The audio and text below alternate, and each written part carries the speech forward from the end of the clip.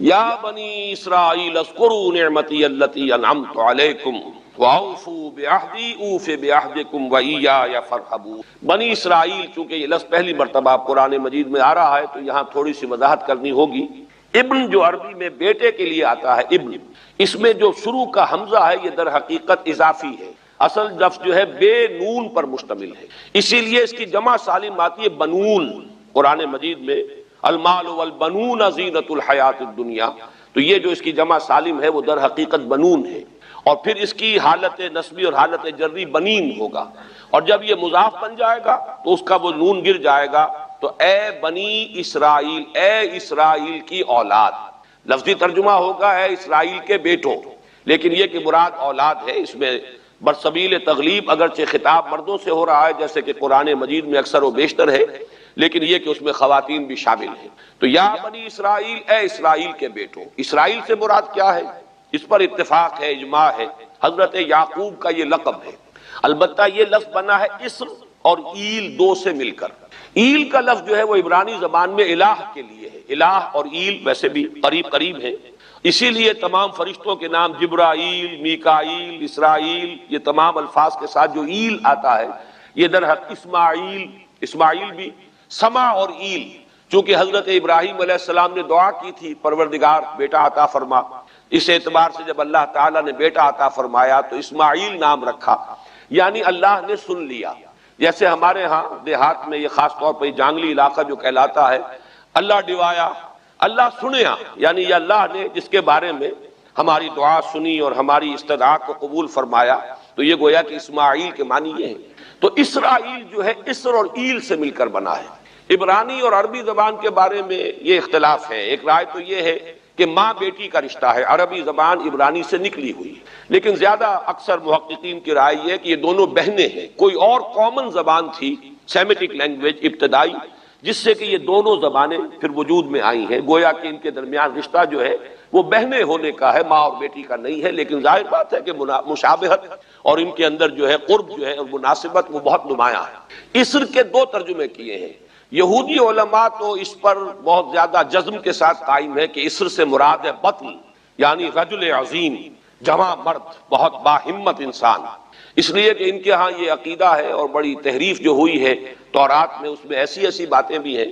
حضرت یعقوب کی جو مدح کی گئی ہے اس میں اس حد تک مبالغہ ہے کہ حضرت یعقوب کی اللہ تعالیٰ کے ساتھ کشتی ہوئی اور اللہ کو پچھاڑ لیا حضرت یعقوب نے، تو معلوم یہ ہوا کہ یہ تو بڑے بہادر اور بہت جری انسان، اس اعتبار سے وہ بطل اور رجل کا ترجمہ کرتے ہیں اسر کا، لیکن یہ کہ صحیح ترجمہ جو ہے وہ اسر کا ہے بندہ، عبد، اس لیے کہ عربی کا لفظ جو بنا ہے اسیر، اسیری، کوئی کسی کا غلام ہے، اسیر، اسی سے لفظ اسرہ بنا ہے، اسرہ ہے کنبہ، کنبہ بھی آپس میں جڑا ہوا ہوتا ہے، ان کے بندھن ہوتے ہیں دوستی کے، محبت کے، اخوت کے، تو اسی طریقے سے یہ اسر کا لفظ آتا ہے کسی بندھن کے لیے۔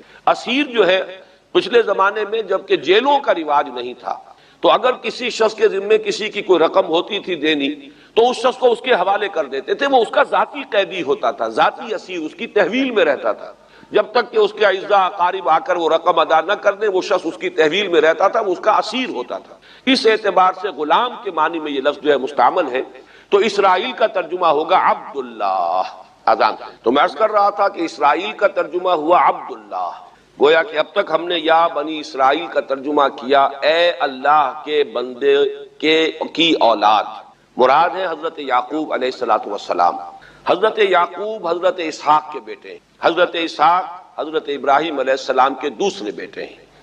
حضرت ابراہیم کو پہلا بیٹا اللہ نے عطا فرمایا اسماعیل، اسی لیے میں عرض کر چکا ہوں سما اور ایل سے مل کر بنا ہے، جو دعا کی تھی انہوں نے اس دعا کا پہلا جواب جو ملا ہے اللہ تعالیٰ کی طرف سے، اس کی مقبولیت کا جو ظہور ہوا وہ حضرت اسماعیل کی شکل میں۔ پھر یہ کہ حضرت سارہ کو بھی اللہ تعالیٰ نے اولاد دی اور حضرت اسحاق پیدا ہوئے۔ اس وقت یہ جو بشارت دی گئی ہے قرآن مجید میں متعدد مقامات پر آگے چل کر آئے گا کہ حضرت سارہ کے ہاں بھی اولاد ہونے کی جو بشارت حضرت ابراہیم علیہ السلام کو فرشتے دینے آئے تھے، اسی میں یہ بھی تھا کہ نہ صرف یہ کہ تمہیں ایک بیٹا عطا ہوگا بلکہ اس کے بعد پوتا بھی عطا ہوگا، گویا کہ ایک بہت جلیل القدر پوتا۔ اس اعتبار سے ایک رائے یہ ہے کہ یعقوب عقب سے بنا ہے، گویا کہ بشارت میں پہلے ہی سے شامل تھا حضرت یعقوب علیہ السلام کا ذکر بھی، کہ اسحاق کے بعد اسحاق کے ہاں ایک بہت جلیل القدر بیٹے کی ولادت ہوگی اور اس کا نام یعقوب ہوگا، یعنی اسحاق کے بعد آنے والا، بیٹے کے بعد جو پوتا آتا ہے۔ لیکن یہود کی رائے یہ ہے کہ حضرت یعقوب پیدا ہوئے ہیں اپنے بھائی عیسو کے ساتھ، یہ تمام بیٹے ہیں حضرت اسحاق علیہ السلام کے، دو بیٹے پیدا ہوئے بیک وقت، جڑواں بھائی۔ پہلے حضرت عیسو کی ولادت ہوئی ہے، اور تورات کے الفاظ یہ ہیں کہ یعقوب اپنے بھائی عیسو کی ایڑیاں پکڑے ہوئے تولد ہوا۔ تو چونکہ حضرت عیسو کے بعد حضرت یعقوب کی ولادت ہوئی ہے، تو گویا کہ اس وجہ سے ان کا نام حضرت اسحاق نے یعقوب رکھ دیا، عقب میں آنے والا، بعد میں آنے والا۔ بہرحال حضرت یعقوب علیہ السلام کے پھر 12 بیٹے ہیں جن کی تفصیل پوری موجود ہے۔ یہ تاریخ جو ہے بڑی ریکارڈڈ ہے، اس لیے کہ بنی اسرائیل کی یہ تاریخ جو ہے books of the old testament میں اس کی پوری تفصیل موجود ہے۔ 4 بیویاں تھی حضرت یعقوب علیہ السلام کی، جن سے 12 بیٹے ہوئے، 3 بیویوں سے 10 بیٹے تھے، اور سب سے چھوٹی بیوی سے 2 بیٹے تھے، حضرت یوسف اور بنیامین، اور ان دونوں سے حضرت یعقوب علیہ السلام کو بڑی محبت تھی۔ حضرت یوسف سے چونکہ یہ تاریخ شروع ہوتی ہے اس اعتبار سے کہ انہیں ان کے بھائیوں نے کنویں میں ڈالا، پھر اللہ تعالیٰ نے وہاں سے ان کے نکلنے کا سامان کیا، پھر مصر پہنچایا، پھر مختلف مراحل سے گزار کر انہیں وہاں ایک بہت اونچی پوزیشن تک پہنچایا۔ تو حضرت یوسف علیہ السلام سے اس اعتبار سے ان کی تاریخ شروع ہوتی ہے۔ 1906 قبل مسیح میں حضرت یوسف علیہ السلام کی پیدائش ہے، جہاں تک صحیح اندازہ کیا جا سکا ہے۔ یوں سمجھئے کہ آج سے تقریباً 4000 سال قبل یہ حضرت یوسف کی پیدائش ہے، اور حضرت یوسف پڑ پوتے ہیں حضرت ابراہیم کے۔ ان میں اگر آپ 200-250 سال کا اور اضافہ کریں تو آج سے کوئی 4,2500 سال قبل کی شخصیت بنتے ہیں حضرت ابراہیم علیہ السلام۔ حضرت یوسف کے زمانے میں پھر جیسے کہ وہ تفصیل سورہ یوسف میں آئے گی، یہ پورا خاندان آ کر کنعان میں تھے، لیکن وہاں سے آ کر مصر میں آباد ہو گئے۔ مصر میں ان کا بڑا اعزاز ہوا، اکرام ہوا۔ اس کے خاص حالات تھے کہ مصر میں اس وقت جو بادشاہت تھی وہ اصل مصر کے لوگوں کی نہیں تھی، بلکہ یہ بھی سیمیٹک لوگ تھے جو جا کر جنہوں نے عراق وغیرہ کے علاقے سے ہی جا کر انہوں نے فتح کیا تھا مصر کو، لہذا انہیں فرعون نہیں کہا گیا قرآن مجید میں، وہ فرائنہ کا خاندان نہیں ہے، بلکہ وہ تاریخ میں ہکسوس کنگز کہلاتے ہیں۔ تاریخ مصر میں وہ 15واں خاندان کہلاتا ہے وہاں کے بادشاہوں کا، 15th ڈائنیسٹی، اور یہ چونکہ لوکل نہیں تھا اس لیے ان کو فرعون نہیں کہا جائے گا، بلکہ یہ ہکسوس کنگز چرواہے بادشاہ تھے کہ جو عرب کے ان علاقوں سے آئے تھے، جزیرہ نما سے، اور وہاں سے وہ چرواہے تھے۔ ان کا تو پیشہ ظاہر بات ہے صحرا میں کیا ہوتا ہے، بھیڑیں بکریاں پالنا، لیکن انہوں نے آ کر مصر کو فتح کیا، وہاں ان کی بادشاہت ہو گئی۔ محسوس ایسا ہوتا ہے کہ ایک سیاسی پہلو موجود تھا۔ وہ جو بادشاہ مصر نے جس طریقے سے اعزاز کیا ہے حضرت یوسف علیہ السلام کا، پھر جو اختیار دیا، جو اقتدار دیا، جو ان کو حیثیت دی، پھر انہیں اجازت دی کہ اپنے پورے خاندان کو بلا لیں، اور پھر مصر کا بہترین جو زرخیز ترین علاقہ تھا وہ انہیں عطا کر دیا کہ یہاں آباد ہو جاؤ۔ جشن کا علاقہ، یا گوشن بھی کہتے ہیں، جشن بھی کہتے ہیں۔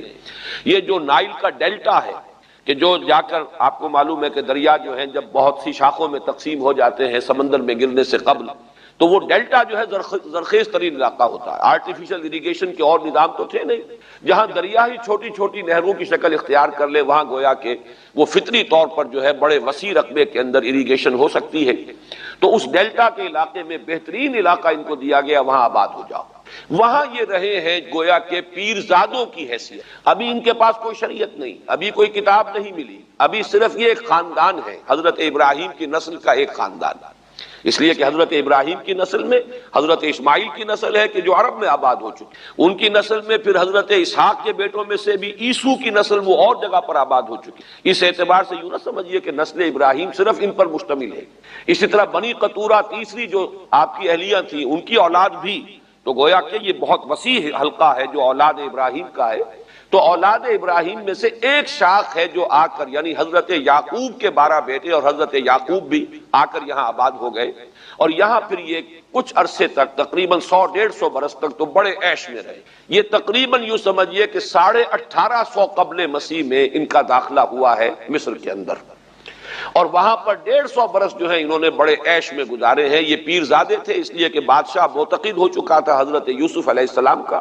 اگرچہ یہ تو ثابت نہیں ہوتا کہ وہ ایمان لایا ہو حضرت یوسف علیہ السلام پر، اس کا کوئی ثبوت نہیں ہے، لیکن وہ تقی تھا، اور ان کی نیکی کا، پارسائی کا، شرافت کا، ذہانت کا، صلاحیتوں کا اعتراف پوری قوم کو تھا، جس طریقے سے کہ انہوں نے اس ملک کی جو نیا ہے اس کو جس طرح پار لگایا ہے، وہ شدید ترین قحط کا جو ایک دور آیا اس میں سے، اور جتنا بہترین انتظام کیا، اس کی بنا پر ان کی صلاحیتوں کے سب معترف تھے۔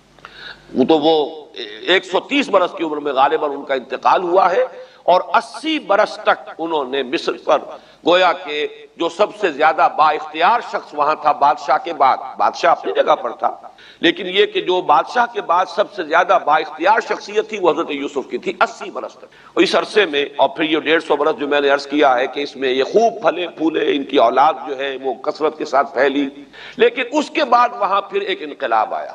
اس انقلاب کو آپ کہیں گے جیسے کہ مختلف ممالک میں آتا ہے، اب سنز آف دی سوائل، جو اس ملک کے رہنے والے تھے، اصل آبادی قبطیوں کی، انہوں نے بغاوت کی اور ہکسوس کنگز کو نکال دیا، وہ خاندان ختم ہو گیا۔ جب وہ چلے گئے تو جو ہکسوس کنگز کے یہ گویا کہ بہت ہی منظور نظر تھے، اور یہ مراعات یافتہ طبقہ تھا بنی اسرائیل کا، حضرت یعقوب کی اولاد کا، اب ان پر عتاب شروع ہوا، اب ان کا زوال آیا۔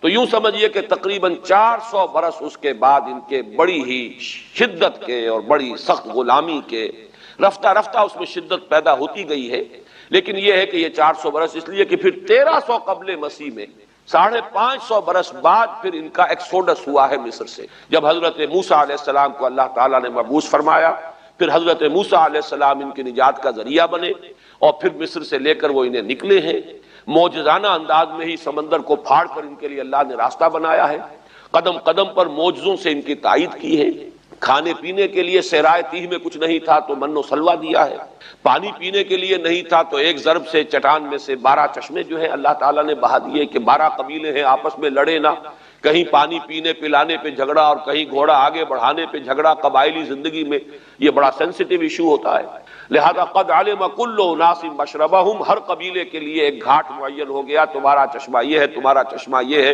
ایک ضرب سے 12 چشمے پھوٹ گئے۔ پھر انہیں وہاں کوہ طور کے قریب پڑاؤ ڈال کر ان کو وہاں چھوڑ کر حضرت موسیٰ علیہ السلام جو ہے اللہ تعالیٰ کی طلبی پر کوہ طور پر گئے ہیں، وہاں تورات عطا ہوئی۔ تو تورات کے عطا کیے جانے کے بعد اب سمجھیے کہ اب ان کی حیثیت ایک امت کی بن گئی، کتاب پر امت کی تشکیل ہوئی۔ یہ امت مسلمہ قرآن مجید کی بنیاد پر امت ہے، جب یہ کتاب دی گئی ہے اس کی بنیاد پر ایک شریعت دی گئی ہے، کتاب دی گئی ہے، کتاب ہدایت ہے، تو اس نے امت کی شکل اختیار کی۔ یہی وجہ ہے کہ لفظ امت جو ہے قرآن مجید میں صرف مکی صورتوں کے اندر، مدنی صورتوں میں استعمال ہوا ہے۔ کنتم خیر امت اخرجت للناس سورہ آل عمران میں، کذالک جعلناکم امۃ وسطا لتکونوا شہداء علی الناس ویکون الرسول علیکم شہیدا، یہ سورہ بقرہ میں آگے چل کر آ جائے گا۔ تو اصل میں جیسے تشکیل امت جو ہوئی ہے وہ در حقیقت مدنی دور میں آ کر ہوئی ہے، جبکہ شریعت عطا کی جا رہی ہے۔ اسی طریقے سے یہ ایک خاندان تھا، حضرت ابراہیم کی نسل کی ایک شاخ، اس نے امت کی حیثیت اختیار کی ہے، جبکہ صحرائے تیہ میں جب ان کا قیام تھا اور اس صحرائے سینا میں، اور وہاں پر پھر حضرت موسیٰ علیہ السلام کو تورات دی گئی اور شریعت دی گئی، تب سے یہ امت ہے، اور یہ ہے 1300 قبل مسیح، 610 عیسوی میں۔ اب سمجھیے 1300 وہ جمع کیجئے، 610 یہ جمع کیجئے، 1910 برس بعد پھر حضور صلی اللہ علیہ وسلم پر قرآن مجید کی وحی کا آغاز ہوا، اور 622 میں حضور نے ہجرت فرمائی، اور اس کے بھی کوئی 2 سال یا 1 سال کے بعد جو ہے یہ آیات نازل ہو رہی ہیں جو ہم اس وقت پڑھ رہے ہیں۔ تو یہ سارا جو ہے تاریخی پس منظر ذہن میں رکھیے کہ یہ تقریباً 2000 برس کی تاریخ جو ہے ان کی بحیثیت امت۔ ویسے تو ان کی تاریخ اگر شروع کریں گے بنی اسرائیل تو حضرت یعقوب سے شروع ہونی چاہیے، اور وہ اس سے زیادہ ہو جائے گی طویل، لیکن در حقیقت امت کی حیثیت سے ان کی تاریخ 2000 برس کی شمار ہوگی کہ 1300 قبل مسیح میں جب ہجرت کی ہے حضرت موسیٰ علیہ السلام نے اپنی قوم کو لے کر مصر سے، اور جب صحرائے سینا میں آئے ہیں، سینائی پیننسولا میں، اور پھر کتاب ملی ہے، تورات عطا کی گئی، شریعت عطا کی گئی، تب سے اس کا امت کی حیثیت سے آغاز ہوا۔ ایک بات اور نوٹ کر لیجئے، ان کو امت مسلمہ کیوں نہیں کہا گیا؟ اس کے لیے اس کا ایک سبب ہے۔ در حقیقت امت مسلمہ کا لفظ یا خیر امت یا امت کا لفظ جو ہے اس موجودہ امت کے لیے اس لیے استعمال کیا گیا ہے کہ یہ امت کسی ایک نسل پر مشتمل نہیں ہے، یہ امیین اس کے نیوکلیس ہے، لیکن یہ کہ ہر نسل کے لوگ اس میں آ کر شامل ہوئے ہیں، ہر قوم جو ہے اس میں آ گئی ہے، اس لیے اس کا نام جو ہے وہ صفاتی ہے، امت مسلمہ۔ لیکن چونکہ یہ سابقہ امت مسلمہ ایک ہی نسل پر مشتمل ہے، حضور صلی اللہ علیہ وسلم سے پہلے کسی نبی اور کسی رسول کی بعثت اس کی قوم سے باہر نہیں ہوئی، کسی ایک خاص قوم کی طرف بعثت ہوئی ہے، کسی خاص علاقے کی طرف بعثت ہوئی ہے۔ بعثت عمومی الی کافۃ الناس، یہ صرف محمد الرسول اللہ صلی اللہ علیہ وسلم کی امتیازی شان ہے۔ وما ارسلناک الا کافۃ للناس بشیرا ونذیرا۔ اس اعتبار سے ان کا جو ہے اس میں علم گویا کہ بنی اسرائیل ہی ہے کہ جو برقرار رہا ہے، اے اسرائیل کی اولاد۔ اگرچہ میں اس موضوع پہ تقریریں کر چکا ہوں، لیکن آج پھر اس گفتگو کے حوالے سے بات چیزیں تازہ کرتا ہوں۔ اس وقت عالمی سطح پر یہودی جمع عیسائی بریکٹ میں کر لیجیے، اور امریکہ جمع یورپ یہ بریکٹ میں کر لیجیے، ان کا اندر معاملہ کیا ہے؟ اصل جو ہے اس میں پیچھے مائنڈ ہے، ماسٹر مائنڈ، سازشی ذہن، وہ یہود کا ہے۔ باقی عیسائی آلہ کار بن گئے ہیں۔ جو 100% آلہ کار ہے یہود کا وہ پروٹیسٹنٹس ہیں۔ پروٹیسٹنٹزم یہود ہی نے پیدا کرایا تھا، یہود ہی نے یورپ کے اندر سود کا رواج شروع کروایا، ورنہ سود حرام تھا وہاں پر بھی، یوزری بھی اور کمرشل انٹرسٹ بھی، دونوں حرام تھے، یہ یہودیوں نے کروایا۔ اور پھر پہلا بینک بنوایا ہے انگلستان کے اندر، بینک آف انگلینڈ، اور جو پوپ کے خلاف بغاوت کرائی تو پہلی بغاوت ہوئی انگلستان کے اندر، جو چرچ آف انگلینڈ علیحدہ ہو گیا پوپ سے، اور اسی کو یہودیوں نے قرار دیا یہ ہمارا ماڈرن اسرائیل ہے، یہ اسرائیل ہمیں دیا ہے گاڈ نے، یہ جو ہے برطانیہ۔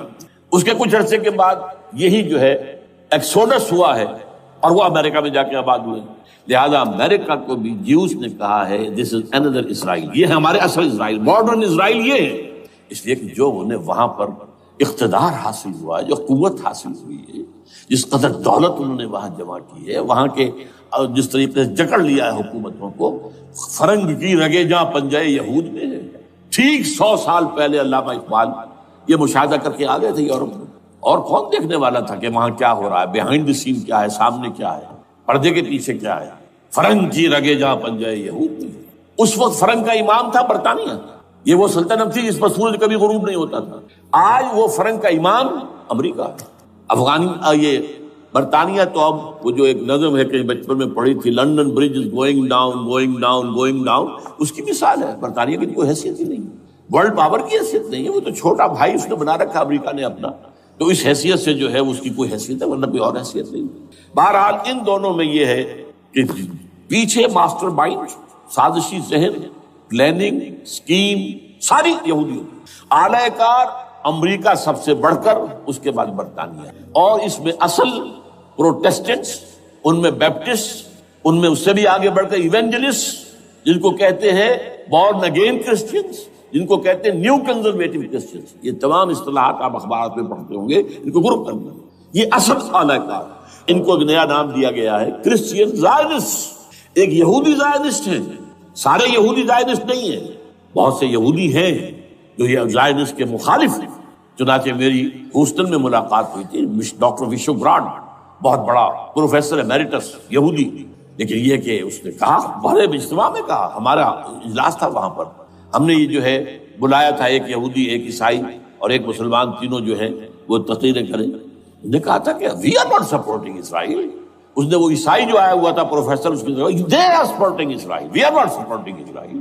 اسی طرح میری جو ہوئی تھی round table conference, round table, اس میں ایک یہودی پروفیسر تھے، وہ ہسٹری کے پروفیسر، میں نام بھول رہا ہوں ان کا، انہوں نے کہا آئی ایم اینٹی زائنسٹ، میں زائنسٹ کے خلاف ہوں۔ تو زائنسٹ جو ہے اصل میں ایک سیکولر یہودیوں کی تحریک ہے، اور اس کے سب سے بڑے سپورٹرز کرسچین زائنسٹ وہ امریکہ میں بیٹھے ہوئے۔ تو یہ ہے صورتحال۔ یہ جان لیجئے کیتھولکس جو ہیں یہ اتنے پرو یہودی نہیں ہیں، اب رفتہ رفتہ وہ بھی اس کے اندر آ کر شامل ہو گئے۔ یورپ جو ہے زیادہ Catholics, Roman Catholics, Roman Catholics کا یہ بھی آپ نے جملہ پڑھ سنا ہوگا کہ یہ جو ترکی جو ہے ہمارا ملک، یہ جو کوشش کرتا رہتا ہے گھسنے کی یورپین یونین کے اندر، تو ایک دفعہ جان شراک نے کہا تھا، بڑا پیارا جملہ تھا، why doesn't Turkey understand that we are a Christian club؟ یہ ہماری جو یونین ہے یورپین، یہ تو کرسچین کلب ہے، وہ مسلمان ہے، وہ کس وجہ سے آنا چاہتا ہے بندہ، کیوں تو خود داخل ہونا چاہتا ہے؟ why doesn't Turkey understand that we are a Christian club؟ لیکن یہ ہے رومن کیتھولکس، اور ان کا میں بعد میں آپ کو بتاؤں گا۔ یہی آپ کو معلوم ہے کہ یورپ نے عام طور پر اسرائیل کا اتنا ساتھ نہیں دیا جتنا جو امریکہ دیتا رہا ہے، اور کسی درجے میں ان کے دلوں میں سافٹ کارنر جو ہے عرب فلسطینیوں کے لیے بھی رہا ہے۔ یہ معاملہ ایران کے بارے میں بھی رہا ہے، جس قدر اسٹرانگ ایکشن امریکہ لینا چاہتا ہے یہ جو ہے اس کے ساتھ نہیں ہے۔ تو یہ تھوڑا سا فرق ہے، وہ میں اس کا ایک بنیاد بعد میں بتا دوں گا۔ بہرحال ان کا ایک جو ایجنڈا ہے وہ دو، سمجھیے کہ دو اس کے نکات ہیں، دو رسیوں کے مانند یہ آپس میں بٹا ہوا ہے۔ پہلا، عالم اسلام کے مادی اور مالیاتی وسائل خصوصاً تیل پر قبضہ، یہ ان کا دنیاوی اعتبار سے، دولت کے اعتبار سے، وسائل کے اعتبار سے اس وقت کا ایجنڈا ہے۔ ویسے تو اس سے اوپر وہ چاہتے ہیں پوری دنیا پر، وہ تو بعد کی بات ہے، لیکن ابھی نہ وہ روس کو چھیڑ رہے ہیں نہ چین کو چھیڑ رہے ہیں۔ چین تو ان کا سب سے بڑا جو ہے بزنس پارٹنر ہے، سب سے بڑا، اور چین کو رفتہ رفتہ وہ اپنی لائن پر لا رہے ہیں۔ اب تو صرف یہ کہ وہ ایک پارٹی گورنمنٹ وہاں رہ گئی ہے جو کہ کمیونزم کے دور کی یادگار ہے، باقی ان کی جو اکانومی ہے وہ تو آ چکی ہے اسی رخ کے اوپر جو یورپ کی ہے، مغرب کی ہے۔ نمبر 2 ایجنڈا کیا ہے؟ دنیا میں کہیں بھی اسلام کے بحیثیت ایک نظام زندگی ظاہر ہونے کا کوئی موقع نہیں دینا۔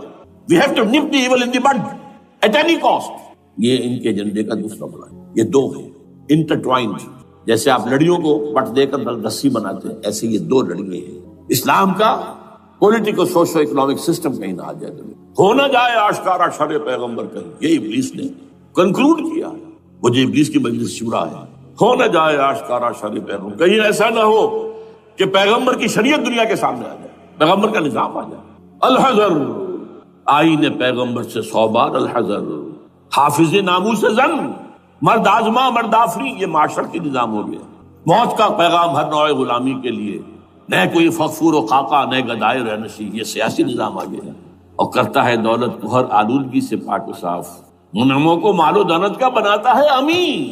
تم دولت کے امین و مالک نہیں ہو، اور اس سے بڑھ کر اور کیا فکر و عمل کا انقلاب، بادشاہوں کی نہیں اللہ کی ہے یہ زمین، ان الارض للہ، یہ نظام کہیں نہ آ جائے، یہ ہے جس پہ کہ وہ خطرہ محسوس کر رہا تھا۔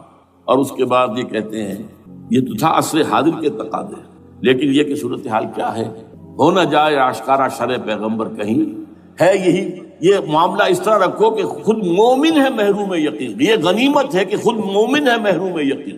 ہمیں اگر کوئی سہارا ملتا ہے تو اس سے کہ مومنوں کو بھی، نام نہاد مسلمانوں کو بھی اپنے اس نظام پر یقین نہیں، وہ نماز پر یقین رکھتے ہیں، روزے پر رکھتے ہیں، زکوٰۃ کو بھی دو بھی اللہ تعالیٰ جس کو توفیق دیتا ہے، حج کرتے ہیں، عمرے کرتے ہیں، یہ ہے سب، لیکن یہ کہ یہ غنیمت ہے، چشم عالم سے رہے یہ پوشیدہ یہ آئین تو خوب۔ وہ ابلیس کہتا ہے کہ یہ آئین چشم عالم سے پوشیدہ رہنا چاہیے، یہ غنیمت ہے کہ خود مومن ہے محروم یقین۔ ہمارے لیے جو ہے اگر کوئی سانس لینے کی جگہ ہے وہ یہ ہے، حوصلہ افزائی اگر ہے تو اس میں ہے کہ خود مومن محروم یقین ہے، اس کے سامنے وہ راستہ ہے ہی نہیں۔ اب لیجیے یہودیوں کے ایجنڈے کو میں تجزیہ کر رہا ہوں۔ سب سے پہلے World Bank, IMF، globalisation, TRIPS, ان تمام ہتھ کنڈوں کے ذریعے عالمی مالیاتی استعمار جو بظاہر امریکہ کا ہوگا حقیقت یہود کا ہوگا۔ یہودیوں کے نزدیک پوری نوع انسانی حیوانوں کے مانند ہے۔ They are not human beings, they are goyim, they are Gentiles۔ یہ انسانی شکل میں حیوان ہیں، اور جیسے حیوانوں کو ایکسپلائٹ کرنا، استعمال کرنا انسانوں کا حق ہے، گھوڑے کو آپ باندھتے رہے ہیں نا ٹانگے کے آگے، اور بیلوں سے آپ ہل جتواتے رہے ہیں، تو جیسے یہ حق ہے ایسے ہمارا حق ہے پوری دنیا کے جو ہے وسائل ان کو کھینچے۔ ہاں جیسے گھوڑے اور بیل کو بھی کوئی نہ کوئی دانہ تو ڈالنا پڑتا ہے، چارہ تو دینا پڑتا ہے، تو ان کو بھی کچھ دو۔ یہ پوری نوع انسانی ورکرز بن کر رہ جائے، حیوان بن جائیں، بالکل شہوت کے غلام بنا دو انہیں، اخلاقی اقدار کا بیڑا غرق کر دو، خاندانی نظام کو تہوبارہ کر دو۔ یہ باقاعدہ جو protocols of the elders of the Zion تھے ان سب میں موجود ہے لکھا ہوا، جو 1897 میں انہوں نے پاس کیا اپنا پروگرام، بیسل میں، سوئٹزرلینڈ کا ایک شہر ہے۔ Protocols of the elders of the Zion, ان کو حیوان بنا دو، بس حیوانوں سے کام لیتے رہو۔ ہاں ان کی کمائی کا کچھ حصہ ان کے لیے چھوڑ دو، وہ بھی زندہ رہیں، وہ بھی آخر کام کیسے کریں گے، اور اصل جو ہے ملائی کھینچ لو اپنے اس نظام کے ذریعے سے۔ World Bank, IMF، stock exchange, TRIPS, globalisation, اس کے ذریعے سے عالمی مالیاتی استعمار۔ نمبر 2 ایک ہے ان کا ایجنڈا، یہ تو عالمی ہے۔ دوسرا ایجنڈا کیا ہے؟ وہ لوکل ہے۔ وہ کیا ہے؟ گریٹر اسرائیل کا قیام۔ جس میں مصر کا سارا زرخیز علاقہ شامل ہوگا، جو ڈیلٹا کا علاقہ کہلاتا ہے اس کا، جہاں کے اس وقت کے بادشاہ نے، حضرت یوسف علیہ السلام کے زمانے کے بادشاہ نے، وہ فرعونہ کے خاندان میں سے نہیں تھا، وہ عرب تھا، عربوں ہی سے کسی وقت کوئی قوم آئی تھی جو کہ مصر پر قابض ہو گئی تھی، اس نے حضرت یوسف کے خاندان کو لا کے وہاں آباد کیا، بہترین جشن کا علاقہ کہلاتا ہے، بہترین۔ وہ کہتے ہیں ہمارا ہے، ہم رہے وہاں پر کئی سو برس تک رہے، عراق ہمارا ہے، وہاں ہمیں قید میں رکھا گیا، نبوکدنضر لے گیا تھا۔ عرب کا شمالی حصہ جو ہمارا ہے، وہاں خیبر میں یہودی قلعے تھے، اور وہاں مدینے کے اندر جو ہے 3 قبیلے یہودی تھے جنہیں محمد نے صلی اللہ علیہ وسلم نے وہاں سے نکال پار کیا تھا۔ یہ جارڈن وارڈن، یہ ترکی کا بھی کچھ حصہ ہمارا ہے، باقی پورا لبنان اور پورا فلسطین، یہ سب اس کے اوپر بنے گا ایک greater Israel, this is there local agent. اور اس کے لیے ضروری ہے ایک بہت بڑی جنگ، ایسے آسانی سے نہیں ہو جائے گا۔ آرمگیڈون، جس کو حضور نے فرمایا الملحمۃ العظمیٰ، الملحمۃ الکبریٰ، بہت بڑی جنگ، جس کی خوفناکی اور تباہ ناکی کا اندازہ اس سے کیجئے۔ حضور فرماتے ہیں کہ اگر ایک باپ کے 100 بیٹے یا ایک دادا کے 100 پوتے ہوں گے تو ان میں سے 99 ختم ہو جائیں گے، ایک بچے گا۔ اور ایک جگہ فرماتے ہیں اتنی اموات ہوں گی، اتنی لاشیں ہوں گی کہ ایک نفاست پسند پرندہ جو ہے، جو گندگی پہ نہیں اترنا چاہتا، ایک تو ہے یہ کوے، چیلیں، گدھ، وہ تو گندگی ہی کی تلاش میں ہے مردار کھانے کے لیے، وہ تو لاشوں کو نوچ رہے ہوں گے۔ وہ پرندہ جو ہے نفاست پسند پرندہ، وہ نہیں اتر سکے گا، اڑتا اڑتا چلا جائے گا، لیکن لاشوں کا سلسلہ ختم نہیں ہوگا، یہاں تک کہ تھک ہار کر لاشوں پر گر جائے گا۔ یہ دور نہیں ہے، اس لیے کہ اس پر متفق ہیں یہودی بھی اور عیسائی، پروٹسٹنٹس عیسائی اس کے اوپر پوری طرح متفق ہیں۔ آرمگیڈون، جسے آپ 3rd ورلڈ وار کہہ لیں، الملحمۃ العظمیٰ کہہ لیں، الملحمۃ الکبریٰ کہہ لیں حضور کے الفاظ میں، یہ آئے گا۔ اس کے نتیجے میں گریٹر اسرائیل بنے گا۔ نمبر 3 پھر بنے گا 3rd ٹیمپل، جو ٹائٹس نے گرا دیا تھا 70 میں، سن 70 عیسوی، جسے گرے ہوئے کتنا عرصہ ہو گیا، 2008، اندازہ کر لیجیے 1800 کتنے برس ہو چکے، وہ دوبارہ بنائیں گے 3rd ٹیمپل، اور اس کے لیے مسجد اقصیٰ کو گرائیں گے، اور ڈوم آف دی راک، قبۃ الصخرہ، وہاں لا کر پھر اس میں کنگ ڈیونز تھرون لا کے رکھا جائے گا۔ یہ بھی میرے علم میں پہلی مرتبہ اسی ٹرمپٹ کی سارے سے آیا۔ وہ کیا ہے؟ حضرت داؤد کا، آج سے کتنے 1000 سال پہلے کی بات ہے، اندازہ کیجیے، 1000 قبل مسیح، اور یہ اب 2000 ہو گیا عیسوی، 3000 برس تو ہو گئے۔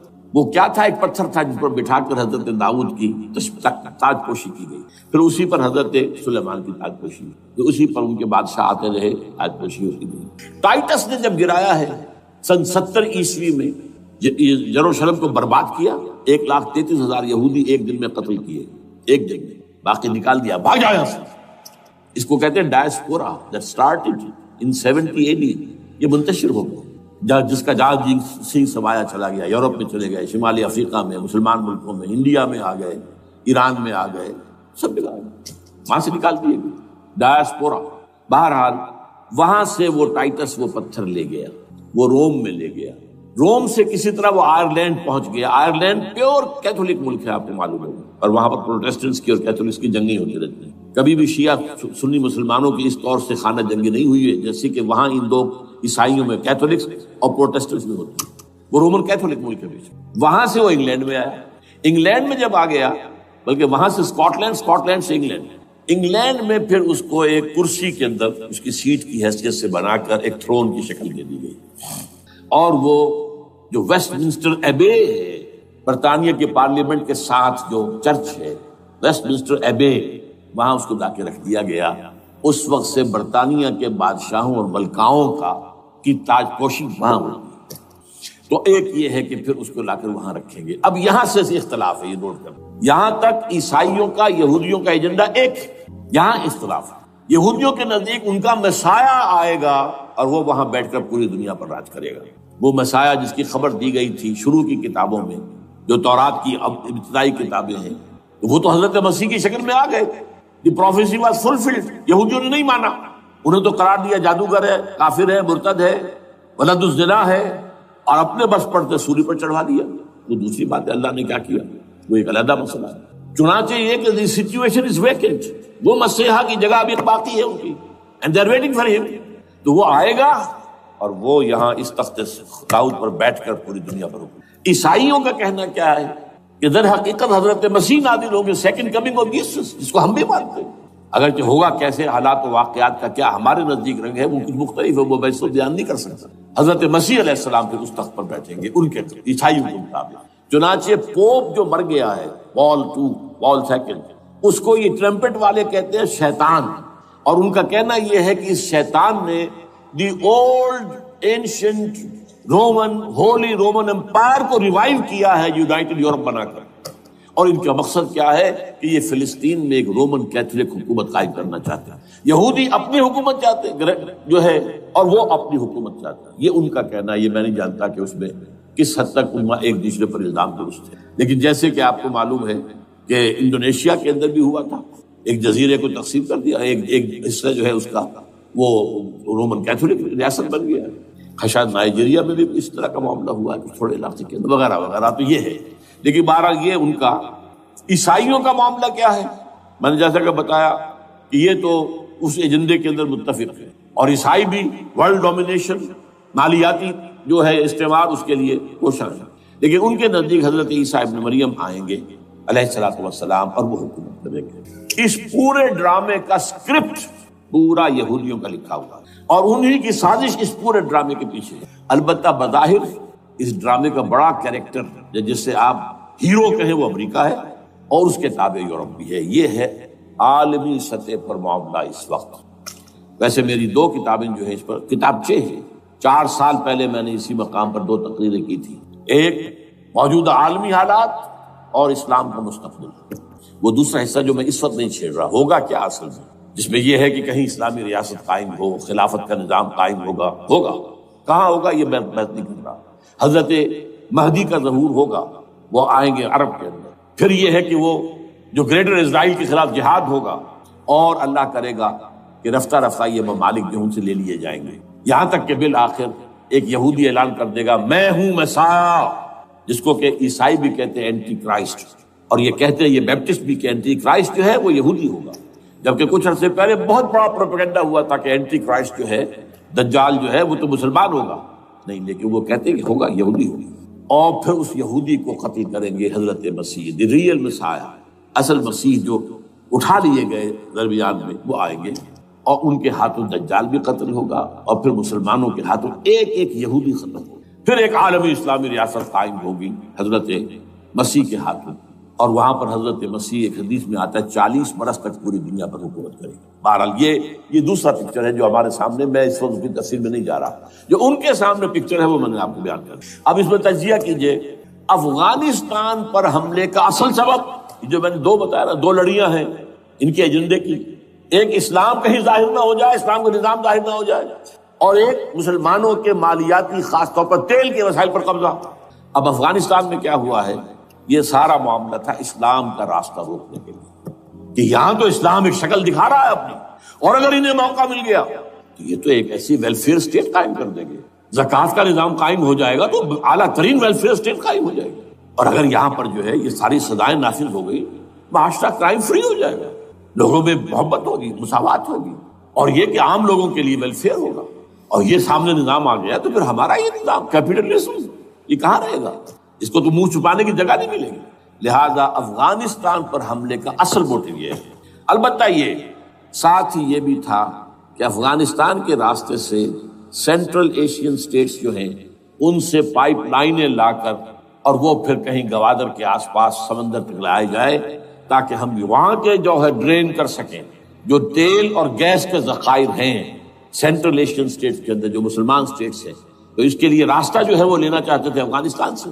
اب وہ جہاں تک افغانستان کا تعلق ہے وہ تو ان کے قبضے میں ہے، جب چاہیں کر لیں۔ اب پاکستان کا معاملہ جو تھا وہ جیسا کہ میں نے کہا کہ اس کا راستہ وہ رک گیا، جبکہ انہیں واپس جانا پڑ گیا، لیکن انہوں نے افغانستان میں کوشش کی طالبان کے زمانے میں۔ یونیکول جو ہے ان کی سب سے بڑی جو ہے کمپنی ہے، اس نے مذاکرات کیے، وہ دیکھ کر حیران رہ گئے کہ یہ ان پڑھ، یہ ملے ملاٹے جو ہیں یہ تو بڑے ٹف بارگینر ہیں۔ اس طریقے سے پاؤں جما کر طالبان نے جو ان کے ساتھ مذاکرات کیے ہیں اور ان سے اپنی شرطیں پیش کی ہیں کہ وہ گھبرا کر بھاگ گئے۔ یہ صورتحال بھی تھی افغانستان پر قبضہ کرنے میں، لیکن یہ ہے کہ اصل کیا تھا کہ وہ اسلام کی کوئی شکل دنیا کے سامنے نہ آنے پائے، جو ان کا میجر ہے۔ اسی لیے پورا عالم کفر جمع ہے، امریکہ، یورپ، روس، چین، سب جمع ہے۔ بھارت تو ہے ہی ہے، یہ سب جب آپ نے یاد ہوگا جب لال مسجد کا حادثہ ہوا ہے اور ہمارا یہ بدبخت اور بدمعاش انسان اس نے صرف خود جان بوجھ کر اسے بڑھایا، ایک پھنسی کو پھوڑا بنایا، اس میں پھر شگاف دیا اور شاباش لی ہے۔ امریکہ سے شاباش آ گئی، نیٹو سے شاباش آ گئی، رشیا سے شاباش آ گئی، چائنا سے شاباش آ گئی۔ وہ چونکہ محسوس کر رہا تھا کہ اندرون ملک تو میری اب کشتی ڈگمگا رہی ہے، ڈاواڈول ہے، I have to have more support from outside اور for that I have to do it۔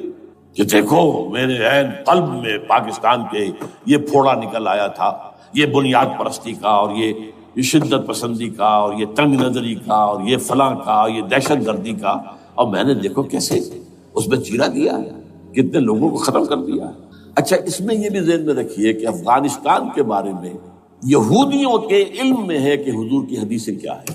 حضور کی حدیث ہے یخرج من خراسان رایات سود، خراسان کے علاقے سے کالے جھنڈے لے کر فوجیں چلیں گی، لا يردها شیء، کوئی طاقت ان کو رخ نہیں موڑ سکے گی، حتیٰ تنصب ایلیا، یہاں تک کہ وہ آ کے بیت المقدس میں جھنڈے گاڑ دیے جائیں۔ دے نو اٹ، یہ جان لیجیے یہ لوگ پڑھے لکھے لوگ ہیں۔ میں آپ کو ایک واقعہ سناتا ہوں۔ جب 1967 میں یہودیوں کو فتح ہوئی بہت بڑی، اور پورا یروشلم اب ان کے قبضے میں آ گیا، ایسٹ یروشلم جو کہ ابھی جارڈن کے قبضے میں تھا، تو جب موشے دایان تھا وہ کانا، وہ داخل ہوا فاتح کی حیثیت سے، تو اس کے ساتھ ایک ربائی تھا بہت بڑا، چیف ربائی یہودیوں کا بہت بڑا عالم، اور وہ رو پڑا تھا، تو فتح کا وقت، خوشی کا، رویا۔ So this is the beginning of the end, یہ الفاظ آئے اخبارات میں، گویا کہ اب یہ آخری ڈرامہ جو ہے شروع ہو گیا ہے۔ وہ آخری ڈرامہ انہیں معلوم ہے ان کی تباہی پر ختم ہونا ہے۔ اس میں حضرت مسیح کے نزول کے بعد یہ ٹرمپٹ والا بھی لکھتا ہے کہ 80% یہودی قتل ہو جائیں گے، اور میں سمجھتا ہوں کہ 20% اگر صحیح ہے اس کی بات، تو وہ ہوں گے جو اب حضرت مسیح پر ایمان لے آئیں گے، باقی 80% اپنے اس کفر پر اڑے رہیں گے اور قتل ہوں گے۔ اسی طرح حضور کی ایک حدیث ہے کہ جب یہودیوں کا قتل عام ہو رہا ہو، اگر مسلمان قتل کریں گے تو اگر کسی درخت کے پیچھے یہودی چھپا ہوگا تو درخت پکارے گا، اے مسلمان، یا عبداللہ آؤ ادھر، یہ میرے پیچھے یہودی چھپا ہوا، قتل کرو اسے۔ کسی پتھر کے پیچھے چھپے گا تو پتھر بولے گا، سوائے ایک درخت غرقد کے، کہ غرقد یہودیوں کے درخت سے وہ پناہ دے گا۔ اور آج اسرائیل میں سب سے بڑی پلانٹیشن غرقد کی ہے، دے نو اٹ۔ اسی لیے افغانستان، خراسان، یہ افغانستان کا ہارٹ ہے افغانستان۔ اور یہ بھی جان لیجئے ہمارا جو مالاکنڈ سے اوپر کا علاقہ ہے یہ بھی خراسان کا حصہ ہے، اولڈ خراسان، جیسے گریٹر خراسان کہا جاتا ہے ہسٹری میں۔ ایک میں نے ایرانی سے پوچھا تھا اس کے بارے میں، تو اس نے کہا خراسان ہمارا ایک صوبہ ہے۔ میں نے کہا وہ تو مجھے معلوم ہے، جس کا دارالخلافہ مشہد ہے اور یہ ان کا مقدس شہر ہے، وہ تو اسے مکے کی طرح سمجھتے ہیں۔ بہرحال میں نے کہا میں پوچھ رہا ہوں پرانا خراسان بزرگ، تو خراسان بزرگ کا انہوں نے بتایا پورا افغانستان اس میں شامل ہے۔ اور پھر یہ اسٹیٹس جو ہیں سینٹرل ایشین اسٹیٹس، اور ایران کا ایک حصہ اور پاکستان کا ایک حصہ، یہ جو مالاکنڈ کا لگا۔ اور یہ بڑی معنی خیز بات ہے کہ وہیں مالاکنڈ سے تحریک چلی ہے، جو اصل تحریک ہے طالبان پاکستان، وہ سوات سے چلی۔ بہرحال اس وجہ سے، اس پہلو سے یہ جو ہے افغانستان پر حملے کا سب سے بڑا سبب وہ تھا۔ دوسرا جو تھا وہ یہ کہ ان کو جو پائپ لائن لے کے آنی تھی اس کے لیے، لیکن وہ ظاہر بات ہے کہ اس میں جو ہے جو طالبان نے وہ ان کی چکمے میں نہیں آئے۔ اس پر ایک کتاب ہے کہ جو انگریزی میں ہے عابد اللہ جان کی، Afghanistan the genesis of the last crusade, Afghanistan سے آخری صلیبی جنگ کا سلسلہ شروع ہو رہا ہے۔ بہت جو ہے چشم کشا ہے، معلومات افزا ہے، انگریزی میں ہے۔ اچھا، عراق میں معاملہ برعکس تھا۔ عراق میں تیل کا معاملہ بھی تھا تو وہ صرف امریکہ کا تھا۔ جو یورپ ہے وہ زیادہ تر کیسپین کے ایریا کے تیل کی طرف نگاہیں رکھتا ہے، یہ جو ہے یہ اصل میں سارا جو ہے یہ امریکہ کا معاملہ ہے۔ اور دوسری طرف یہ کہ یہاں کو مذہبی سلسلہ نہیں تھا، حالانکہ تھا، وہ یہودیوں کا تھا۔ وہ کیا تھا؟ Extension, first step towards the establishment of greater Israel. یہ بات اچھی طرح سمجھ۔ یہاں پہ تیل کا معاملہ بھی میں نے کہا تھا نہیں، دو لڑیاں ہیں جو چل رہی ہیں۔ تیل کا معاملہ یہاں خاص طور پر عراق کے اندر زیادہ ہے، افغانستان میں بہت کم۔ لیکن یہ کہ یہاں پر بھی جو اصل ہے بیہائنڈ دی سین، جو اصل چیز کیا ہے کہ گریٹر اسرائیل کے قیام کی طرف پہلا قدم ہے۔ میں یاد دلاتا ہوں آپ کو کہ فرسٹ گلف وار ہوئی تھی جس میں عراق کا بھرکس نکال دیا گیا تھا، اس کے اختتام پر کہا تھا شوارٹز کرافٹ جو ان کا کمانڈر ان چیف تھا الائڈ فورسز کا، اس نے صاف کہا تھا، مجھے آج تک ایک لفظ یاد ہے، we fought this war for the protection of Israel. اور اب جو ابھی ہوا معاملہ، جب صدام گرا ہے، اس کا مجسمہ بھی گرا ہے، تو اس کے بعد وہ شخص، وہ بدبخت، وہ خبیث جو ابھی پڑا ہوا کومے میں، شیرون نے کہا تھا ان قریب عراق پر ہماری حکومت ہوگی.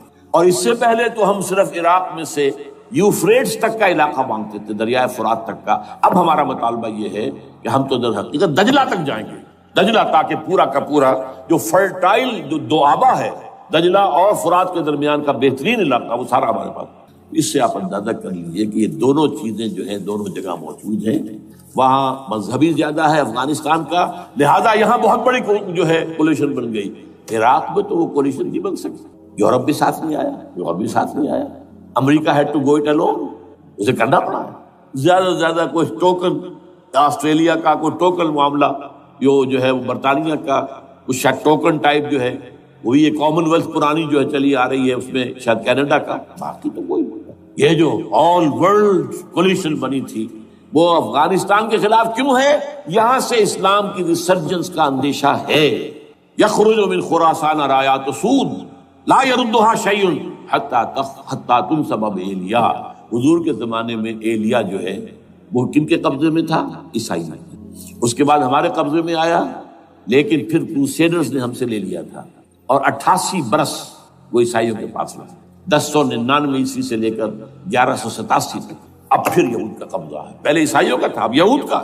اب ان سے لینا واپس، پہلی مرتبہ بھی عرب نہیں لے سکے تھے، کھونے والے عرب تھے، واپس لینے والا کرد تھا صلاح الدین ایوبی رحمۃ اللہ علیہ. اب بھی کھونے والے عرب ہیں. مصر اور شام اور اردن تینوں کا مقابلہ کیا اس نے، اسرائیل نے، اور قبضہ کیا پورے ویسٹ بینک پر، گولان ہائٹس پر، سینائی پیننسولا پر، اور یہ کھو دیا ہم نے اپنے ہاتھ سے. اور اب بھی عربوں میں تو کوئی دم نہیں ہے، کوئی جان نہیں ہے. ان کو عیاشیوں نے، دولت مندی نے بالکل تباہ و برباد اور کھوکھلا کر کے رکھ دیا. بہرحال یہ جو چیزیں میں نے آپ کو بتائی ہیں، یہ تو وہ پلانز ہیں جو سب شیاطین جن و انس کے پروگرام ہیں. وہ جیسے کہ کبھی کہا تھا خمینی صاحب نے، شیطان بزرگ، دی گریٹسٹ شیطن، امریکہ. اصل میں امریکہ، اور اس کے پیچھے حقیقت میں یہود. سامنے امریکہ، پیچھے یہود. بالفعل کیا ہوگا یہ تو پھر اللہ ہی جانتا ہے کیا ہوگا. وَمَكَرُوا وَمَكَرَ اللَّهُ. کافر اپنی چالیں چلتے ہیں، اللہ اپنی چال چلتے ہیں. اور سَنَسْتَدْرِجُهُم مِّنْ حَيْثُ لَا يَعْلَمُونَ وَأُمْلِي لَهُمْ إِنَّ كَيْدِي مَتِينٌ. اے نبی آپ گھبرائیں نہیں، ہم ان کافروں کو رفتہ رفتہ وہاں سے لے آئیں گے جہاں سے آپ کو بھی، جہاں سے انہیں احساس تک نہیں ہوگا کہ یہ تو گرفت میں آ رہے ہیں، ٹریپ ہو رہے ہیں. اور ابھی ذرا میں انہیں ڈھیل دے رہا ہوں. میں املی لہم ان قیدی متین، میری چال بہت مضبوط. وہ اللہ کیا کرے گا وہ میں نے آپ کو بتایا، جھلک دکھا دی ہے. انشاءاللہ اسی علاقے میں پاکستان اور افغانستان، اور اس کا ہارٹ ہوگا یہ پشتونستان، سرحد اور مشرقی افغانستان مل کر پشتونستان.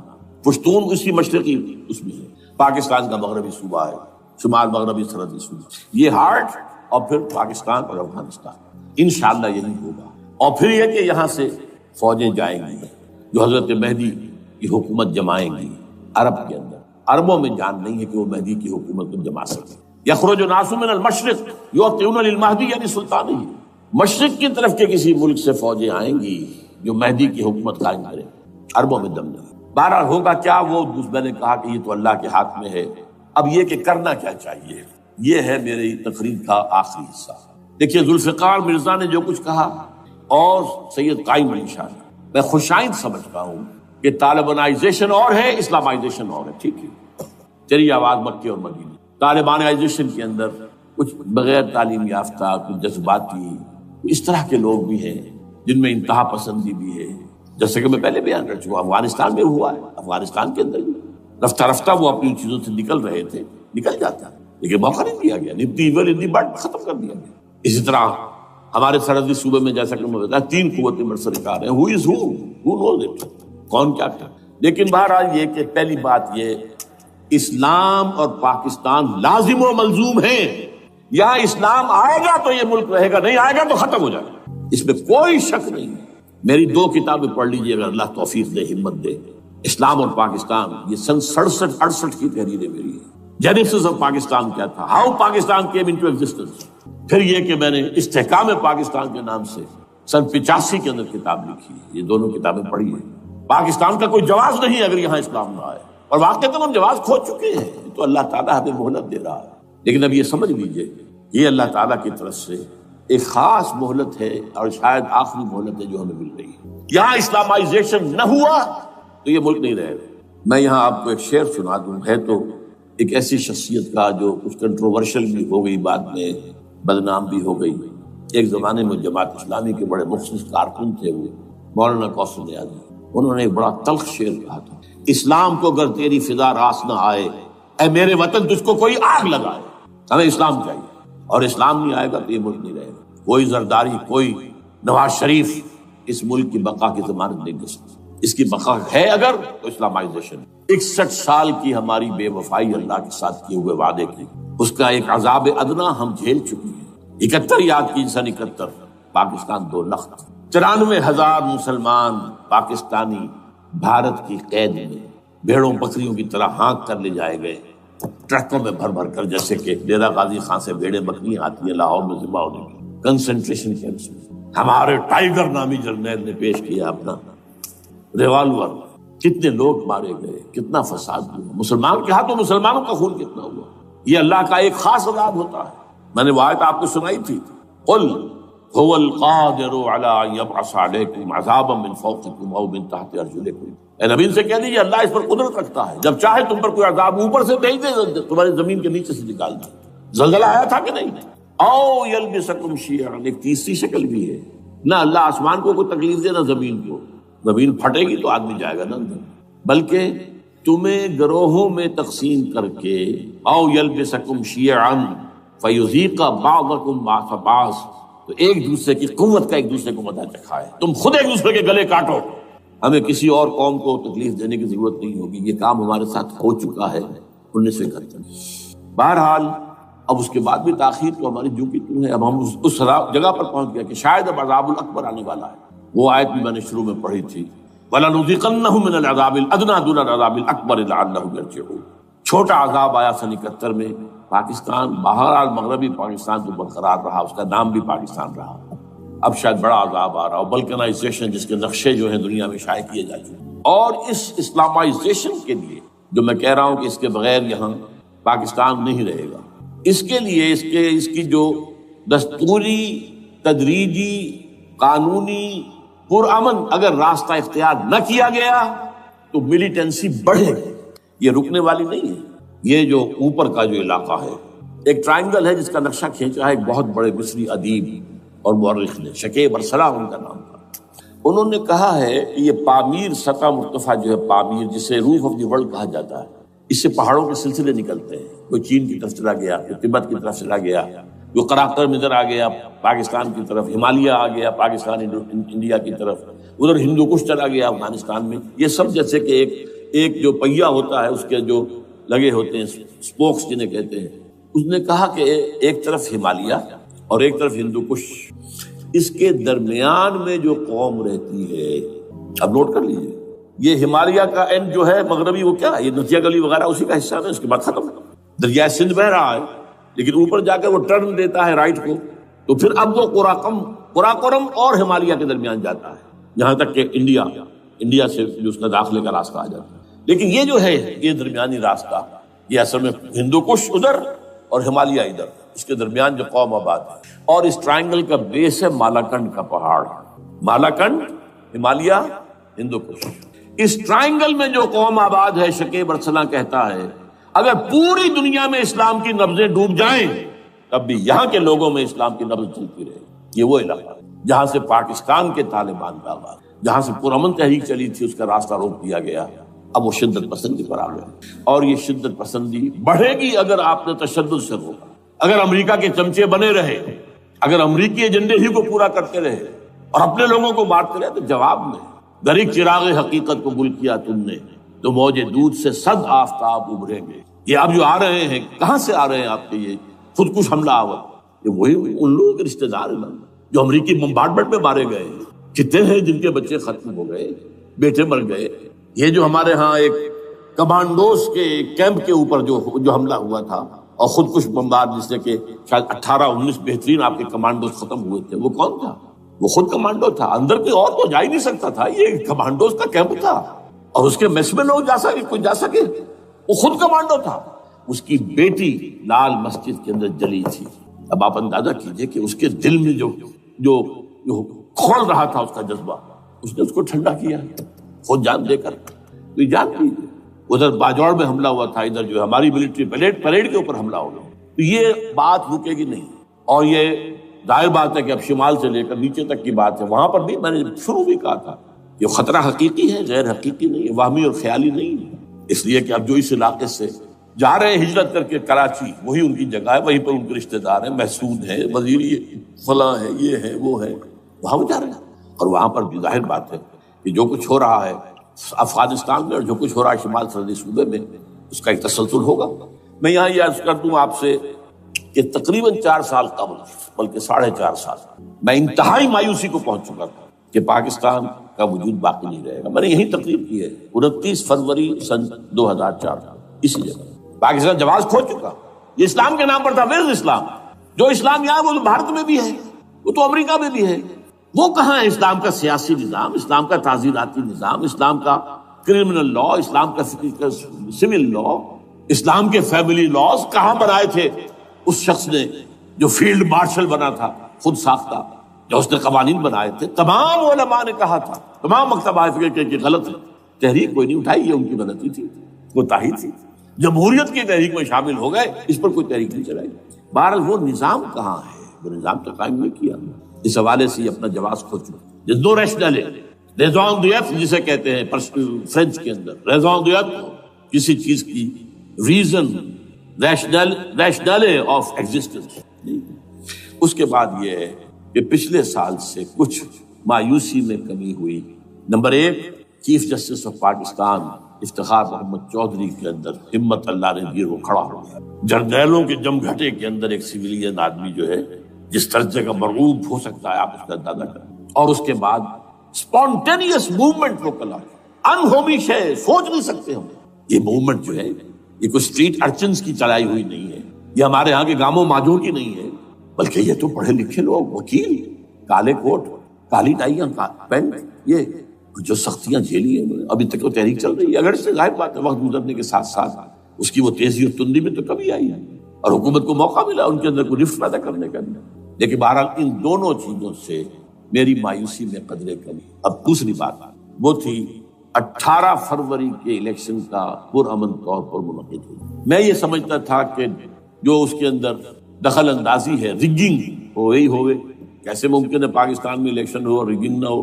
پھر تحریک چلے ہی چلے، کیونکہ تحریک تو چل رہی ہے پہلے سے، صرف اس کے اوپر تیل اور ڈالنا ہے نا، اور پھر بدامنی ہوئی ہو، اور پھر دونوں طرف گدھ بیٹھے ہوئے ہیں۔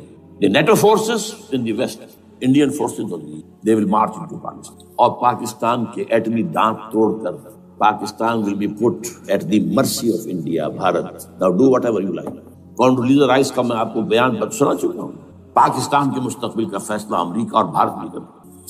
بہرحال اب تیسری جو امید ہوئی ہے کہ کل پرسوں میں جو ہوئی ہے، کولیشن جو ہے یہ ناکام ہوتی نظر آ رہی تھی، لیکن یہ کہ صدر کے مواخذے پر یا صدر کے خلاف جو ایک کاروائی ہو رہی ہے، اللہ کرے کہ وہ پوری ہو جائے، یا اس سے بھی بہتر ہے کہ وہ خود ہی استعفیٰ دے کر دفع ہو جائے۔ بہرحال یہ کہ اس سے بھی کچھ امید کا پہلو جو ہے پیدا ہوتا ہے۔ اب یہاں اسلامائزیشن کا پرامن، تدریجی اور اسلام کا دستوری اور قانونی طریقہ کیا ہے؟ وہ طریقہ کیا ہے؟ 1949 اور 50 میں جو عمل شروع ہوا تھا، جو اس کے بعد سے آج تک جو ہے ختم ہو گیا، اس کو اثر دور شروع کیا جائے۔ دوڑ پیچھے کی طرف گردش ایام کی۔ 49 میں کیا ہوا تھا؟ قرارداد مقاصد۔ وہ گویا کہ پاکستان میں نظام خلافت کی جڑ تھی جو رکھ دی گئی تھی کہ sovereignty belongs to Allah and whatever authority we have it's a sacred امانت۔ یہ تو اصل میں استعمال کی جائے گی یہ قوت کتاب و سنت کے دائرے کے اندر۔ this is خلافہ in essence it is خلافہ۔ خلافت کی بنیاد رکھ دی گئی۔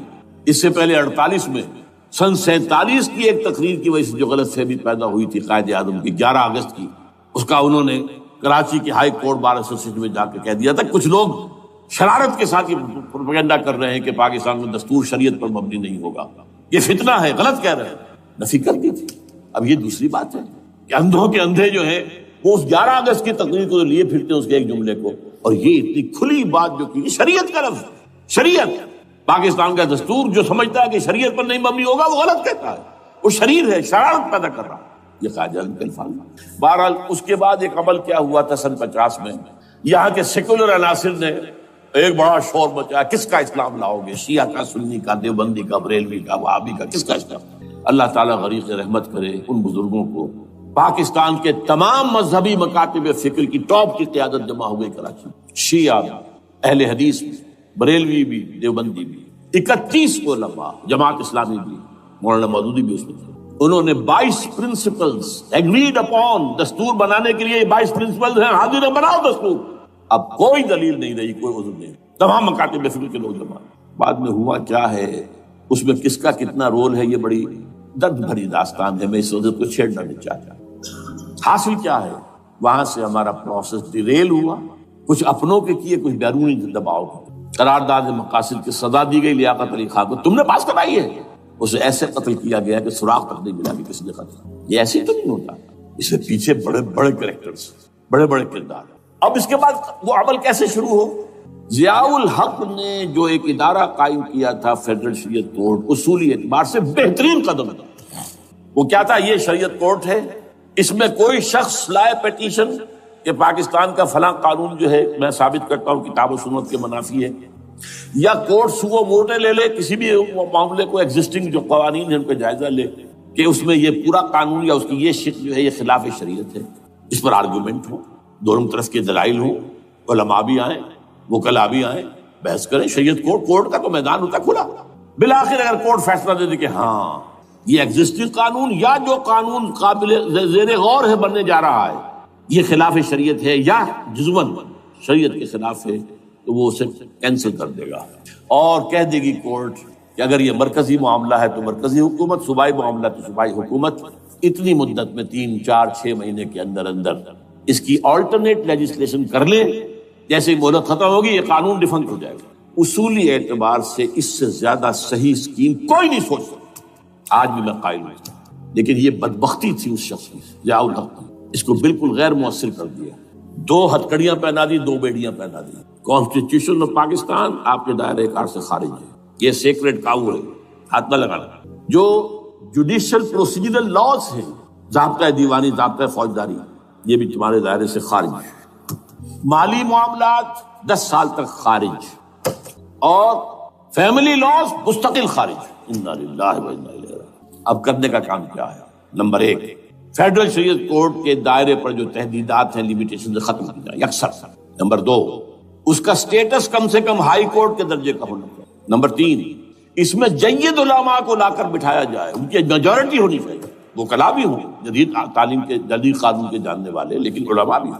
اگر آپ جید علماء کو لے آئیں گے تو پھر وہ جو عام مولوی ہے بیچارہ، وہ جو پوری طرح نیم خواندہ ہے یا نیم تعلیم یافتہ ہے، یا ہمارا عام آدمی ہے جو طالبان کے انداز کے اندر وہ شدت پسندی پر آ گیا ہے، اسے یہ اندازہ نہیں ہے کہ دین میں اہمیت کس شے کی اول ہے، پھر دوسری کون سی، ثانوی شے کون سی ہے۔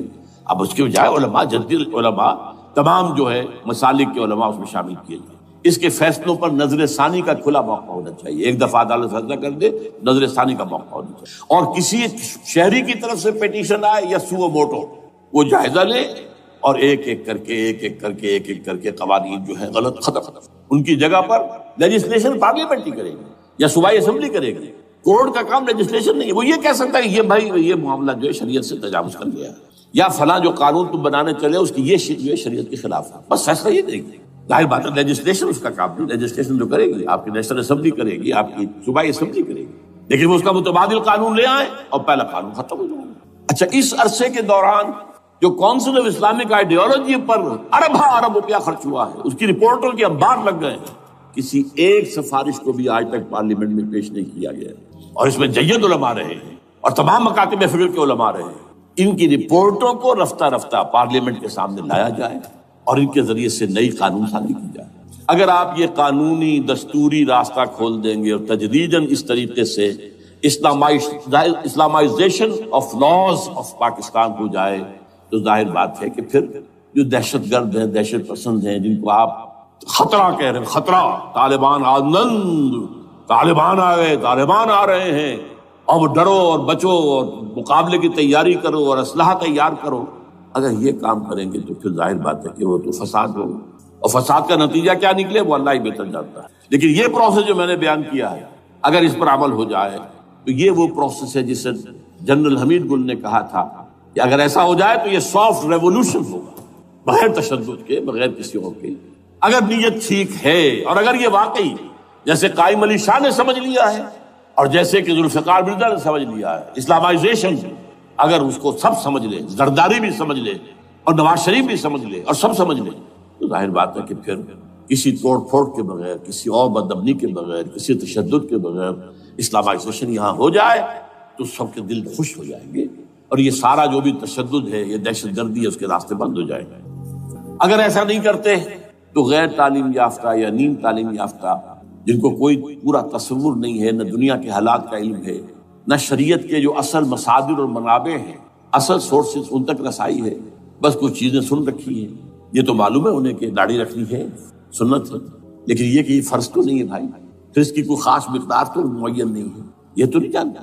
ویڈیوز ہیں، آڈیوز ہیں، ان میں گانے ہیں، اس میں آپ کو معلوم ہے کہ عریانیت ہے، جو بھی ویڈیوز ہیں، اور وہ تو ان کو جلائیں گے ان کی دکان میں. آپ تعلیم دے رہے ہیں لڑکیوں کو، وہ جانتے ہیں جو تعلیم آپ دینا چاہتے ہیں. آپ تو ڈانس کی تعلیم کو بھی وہاں پر نافذ کر رہے ہیں.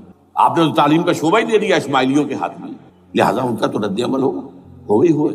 اس کا راستہ اگر روکنا ہے تو اس پروسیس سے جو میں نے بیان کر دیا ہے، جس کو میں بیان کر رہا ہوں نہ معلوم کب سے. نواز شریف صاحب، ان کے والد میاں محمد شریف صاحب مرحوم، اور شہباز شریف صاحب اور عباس شریف صاحب، چاروں میرے پاس آئے تھے، 2 دفعہ آئے تھے، اور میں نے یہ ترمیمی بل پیش کیا تھا جس کے آئٹم میں نے آپ کو گنوا دیے. بہرحال نہیں کیا کچھ نہیں، لیکن یہ کہ اگر یہ نہیں کریں گے تو یہ کہ دوسری طرف یہ سمجھ لیجئے اس وقت پاکستان کے دینی مدرسوں میں شدید تحریک چل رہی ہے. لال مسجد یہ ایک سمبل بن چکا ہے، یہ ایک علامت ہے، اور یہ ملیٹنسی کی طرف بہت بڑی تعداد میں، خاص طور پر جو طالب علم ہیں عربی مدارس کے، طالبان کی سورس یہی تو ہے نا، یہی تھے جن سے کہ افغانستان میں طالبان ابھرے تھے اور یہیں سے پاکستان کو ابھر رہے ہیں. ان کے اندر شدید لہر ہے، اور کوئی بہت بڑا فساد ہو گیا اگر خدا نہ خواستہ تو that will be the end of Pakistan. اس سے بچنا ہے تو وہ راستہ اختیار کریں جو میں نے بیان کر، جو میں سال سے بیان کر رہا ہوں. دستور کا ترمیمی بل بنا کر دیا ہے، اسے عام بھی کیا ہے. البتہ اس عرصے میں ظاہر بات ہے کہ ہم کیا کریں گے، ہمارا کوئی پروگرام کسی ملیٹنسی کے رہ جانے کا نہیں ہے، ہم اسے مفید نہیں سمجھتے بلکہ مضر سمجھتے. یہ کاؤنٹر پروڈکٹیو ہے. ہمارے سامنے پروگرام کیا ہے؟ سے نکاتی پروگرام، بڑے پیمانے پر دعوت ایمان بذریعہ قرآن. نمبر 1، میری تمام سرگزشت کھوئے ہوئوں کو جستجو، میری سرگزشت جو ہے 50 سال سے اسی میں ہے، قرآن کو پڑھنا، پڑھانا، سیکھنا، سکھانا، عام کرنا. اور الحمدللہ ایک بڑی ٹیم تیار کر دی ہے میں نے اللہ کے فضل سے، جو یہ کام کر رہی ہے. دعوت ایمان بذریعہ قرآن، اور جو ایمان واقعتاً لے آئیں، جس کا ثبوت ہوگا شریعت پر عمل، جس چیز پر عمل کیا جا سکتا اور نہیں کرتے تو آپ مجرم. ہاں ظاہر بات ہے اس سے ایک حصہ ایسا ہے جس پر آپ عمل نہیں کر سکتے جب تک کہ نظام نہ بدل جائے. چور کا ہاتھ میں نہیں کاٹ سکتا، آپ نہیں کاٹ سکتے، لیکن جتنے پر عمل ممکن ہے اس پر عمل. ایسے لوگوں کو آرگنائز کیا جائے. بیعت کا نظام، مسنون نظام، قرآن میں معصور، مسنون، منصوص، یہ سارا نظام اس کی بنیاد. ایک آدمی کا، وہ آدمی کہے کہ بڑھو تو بڑھو، وہ کہے کہ رک جاؤ تو رک جاؤ. نمبر 3، ان لوگوں کا تزکیہ. اور میں بتا چکا ہوں تزکیہ اور تربیت. تزکیہ کس بات کی؟ کوئی امنگ، کوئی ولولہ، کوئی مقصد، کوئی تمنا دل میں نہ رہے سوائے اللہ کی رضا کا. حکومت مطلوب نہ ہو، اقتدار مطلوب نہ ہو، مال و دولت مطلوب نہ ہو، اللہ کی رضا اور آخرت کی فلاح. ہر تمنا دل سے رخصت ہو گئی. حضرت مجذوب کا مصرع، اب تو آجا، اب تو خلوت ہو گئی. اے اللہ تو آجا میرے دل میں، میرے دل سے ہر تمنا نکل چکی ہے، خلوت ہے.